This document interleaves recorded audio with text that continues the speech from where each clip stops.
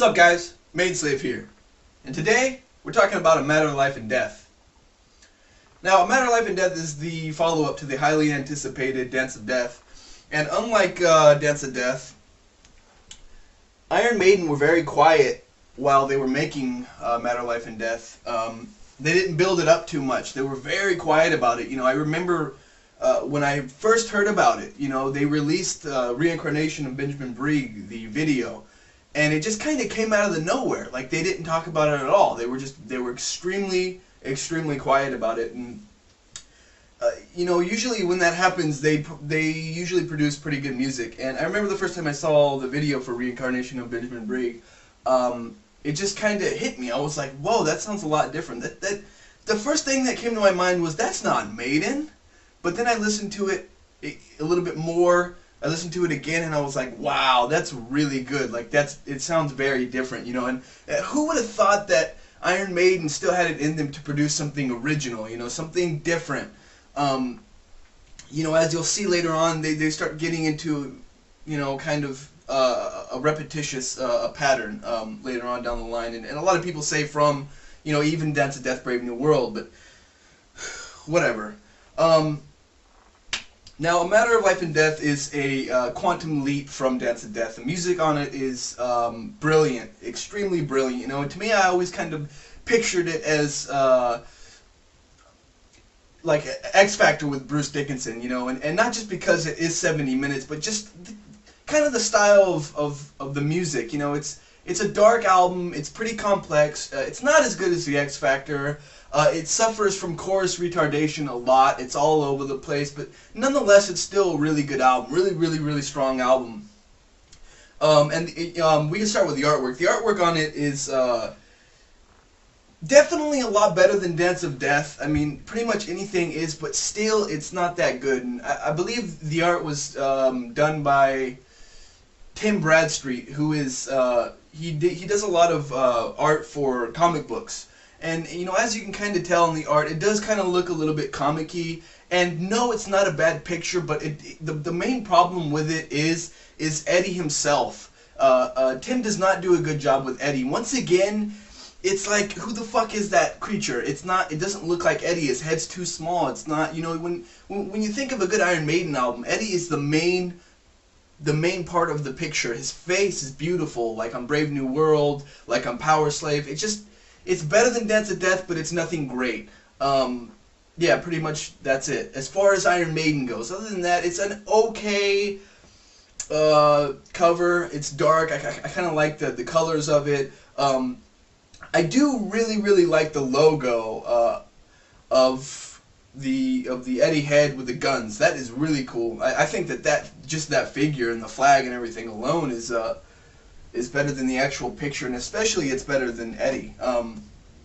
Now the art for Reincarnation of Benjamin Brigg was done by somebody different, I believe, and I can't recall the name right now, but it is a little bit better. Once again, it's a little bit better than what Tim did with the actual album picture, but it's definitely no Derek Riggs, and it's not even Melvin Grant, which a lot of people consider second to Derek Riggs as far as Eddie goes. So let's get to the actual music on the album. On this album, you can the music on it is amazing, and I don't want to use amazing. The music on it is brilliant and a lot different than Dance of Death. It kind of takes the dark, slow part of Dance of Death that was good, and it goes even further. Iron Maiden are starting to continuously get progressive. And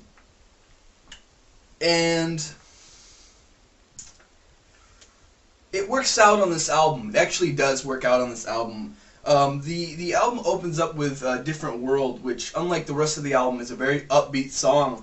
And it's a very good intro, especially compared to Wildest Dreams. It was written by Adrian Smith, and Adrian Smith, the original idea that Adrian Smith had for it was a slower song, but Steve said, no, we can speed it up, and this is how it goes. And it turned out to be a good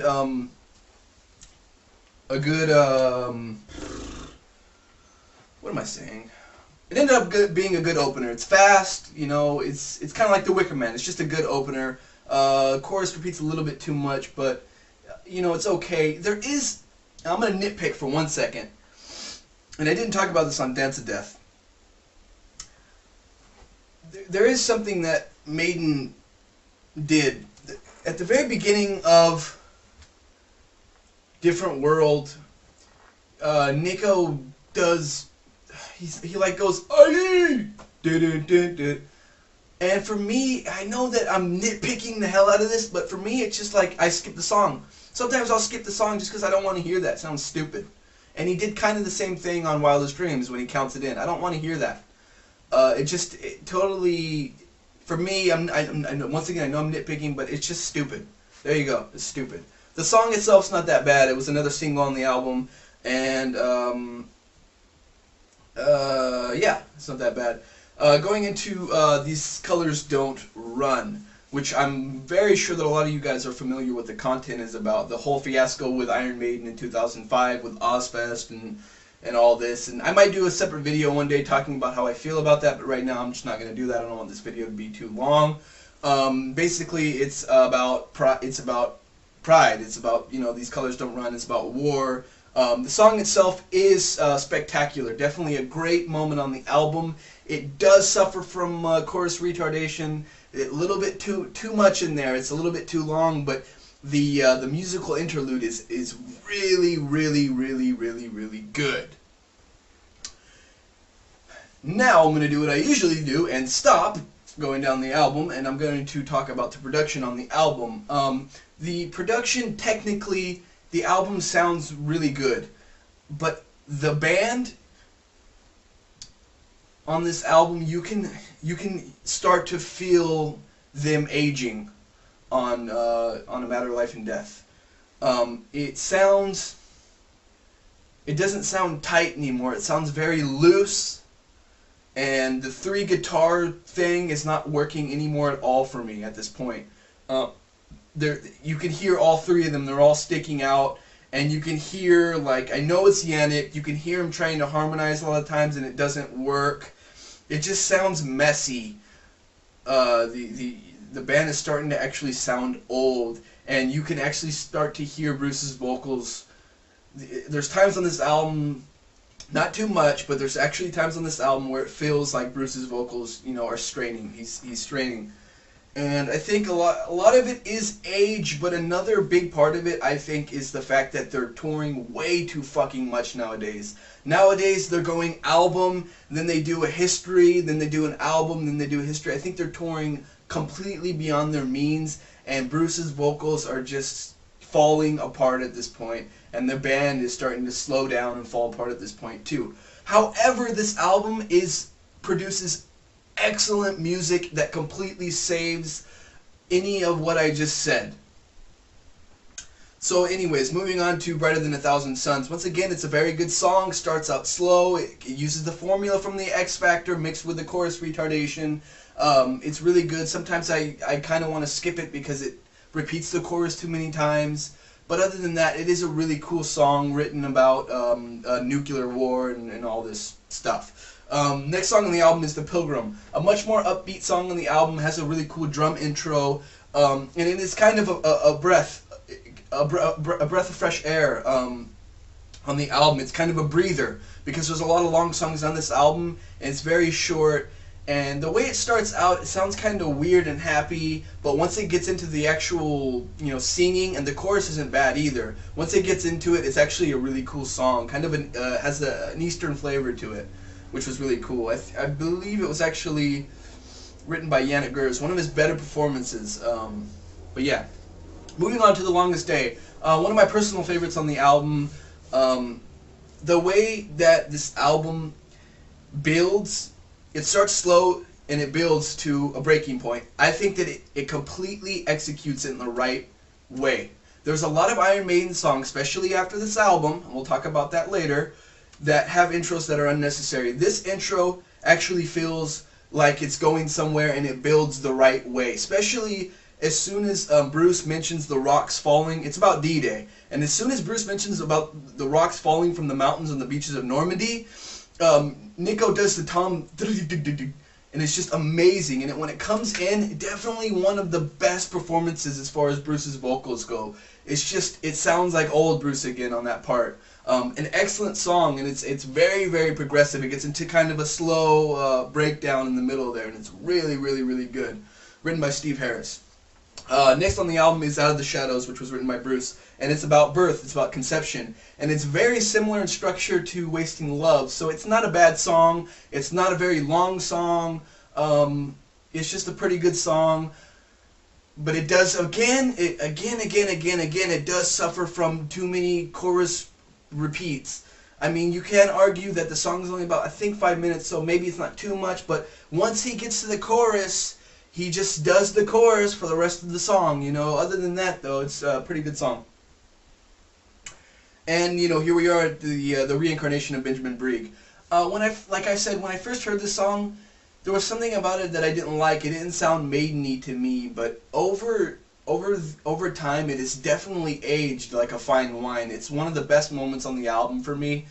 And it's once again, it's one of those songs that doesn't fit into any category. It's of its own. It's its own creature, and it's just great. Extremely progressive, and it's extremely progressive in the right way. It actually works. Moving on to let me get a drink. For the greater good of God, which many people can I talk? Which many people, I don't know what that word is. What the fuck is that word? Which many people consider the epic of the album, For the Greater Good of God, which was just written by Steve Harris. It's almost about 10 minutes, and to me it's one of his weaker epics. It's not a bad song, but it's one of his weaker epics, and I'll explain why. Not only does it suffer from chorus retardation, but it actually has 2 different choruses in it that are completely overplayed. The actual For the Greater Good of God, the chorus, and then there's another chorus before that. And they kind of just switch off of too much and too much. I think this song, if you were actually going to make it real, you can cut it down a lot shorter than 10 minutes. To me, it's not a real epic. But nonetheless, it's not a bad song either. It's good. I mean, I can't say too much bad about it. It's a good song. Moving on to my favorite song on the entire album, Lord of Light, which was written by Steve Harris. My bad. It was actually written by Steve Harris, but mainly it was written by Adrian Smith, and the lyrics were written by Bruce. Now the music itself is actually really cool. It's again one of those songs that starts out slow, it goes fast, and once again it actually works. It feels necessary, and the lyrical content is about the Lord of Light, quite literally Lucifer. And when, you know, as I said before, whenever Steve writes about, you know, infinite dreams, I think it's one of his best and coolest subjects. Well, whenever Bruce writes about Lucifer, like on Moonchild, it's one of his coolest subjects. And Bruce's vocal performance on this song is one of the best I've ever heard him. It's definitely the best on the album. Just the intro of that song, his voice is so eerie, it actually feels like Lucifer is talking to you and he's kind of tempting you. He's like, he knows you. If you can feel it right here, and especially in the middle part when he goes into it again, it just hits me right here, and the way that it builds, it's the right kind of progression, and it works. My favorite song on the album by far. And for me, the album could have just ended right there. As you know, the last song on the album is The Legacy, which was mainly written by Yannick Gers, and for me it's one of his poorest writing contributions. You know how I said on Dance of Death how it felt very put together, it didn't flow right, and also my complaint about the Journeyman, how the acoustic thing didn't work. When you get both of those and you put them in one big pile of shit, and you get The Legacy for me. It just completely doesn't flow. It just sounds weird. It doesn't sound like Iron Maiden. It doesn't work. I understand the epic thing. I understand the big ending to an album thing. I understand all of that, but the bottom line is it's not a good song.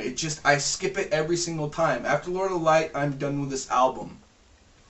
Now I know for most of this video it kind of just sounds like I'm complaining, But the honest truth is, A Matter of Life and Death is probably my favorite Iron Maiden album in this new generation from Brave New World on. I really, really, really love this album. It's usually one of the first albums that I'll listen to, like I said, after not listening to Iron Maiden for a long time. It's usually I'll get right into it. I skip Different World and go straight into These Colors. It's one of my favorite Iron Maiden albums of all time, to be honest. And it's for me, they're you know, it's just, even though they're getting older, it sounds right. You know, it's not too much progression yet, and it's not, you know, the overbearing choruses don't destroy it, but it does kind of bring it down. But other than that, you know, it is an excellent album, and if you guys haven't listened to it, I would definitely recommend this one. You shouldn't miss it if you're a Maiden fan. I think that's pretty much all I have to say about it. It is a really good album, but obviously it suffers in certain categories and it lacks in certain areas. But other than that, it is a really good album. So I'm going to give A Matter of Life and Death by Iron Maiden a 9 out of 10.